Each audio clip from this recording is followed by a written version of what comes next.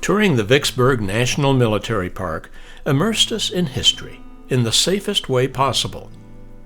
Battlegrounds are now art galleries, covered with impressive monuments and sculptures. In fact, this one has 1,325 markers and monuments scattered about. I promise not to show you all of them, but here are just a few.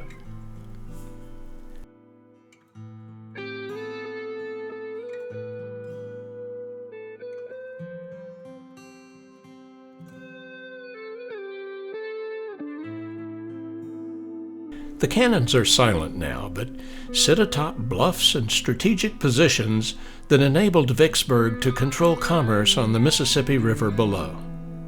For 3 months in 1863, Union General Ulysses S. Grant sought to split the Confederacy in two by taking control of the city and river at this key location.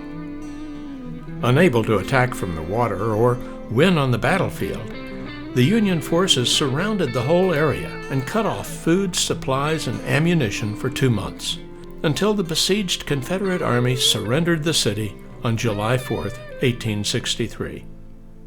The siege had lasted 47 days. Starvation worked. Years later, when the imposing Illinois Monument was built as a replica of the Pantheon in Rome, it had symbolically 47 steps, one for each day of the siege.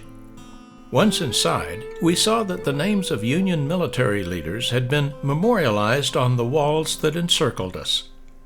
Just like the Pantheon in Rome, as we looked up, we saw an oculus open to the elements, and just like in Rome, the circular floor had been sloped downward from the center in order to drain rainwater to the perimeter. Illinois had truly found a way to serve as a dominant focal point on the battleground.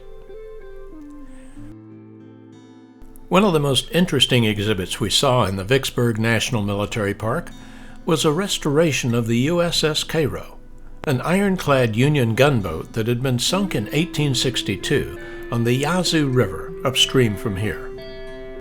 Look over elements of the restoration as I tell you its story. The USS Cairo was the first ship ever to be sunk by a mine or torpedo remotely detonated by hand. It went down in 12 minutes, but there were no casualties. The USS Cairo had previously helped Union forces occupy Memphis on the Mississippi River. But when it sank into the Yazoo River mud, it took more than 100 years to find it and recover it. It finally was restored and given its own museum here at Vicksburg, which opened to the public in 1980.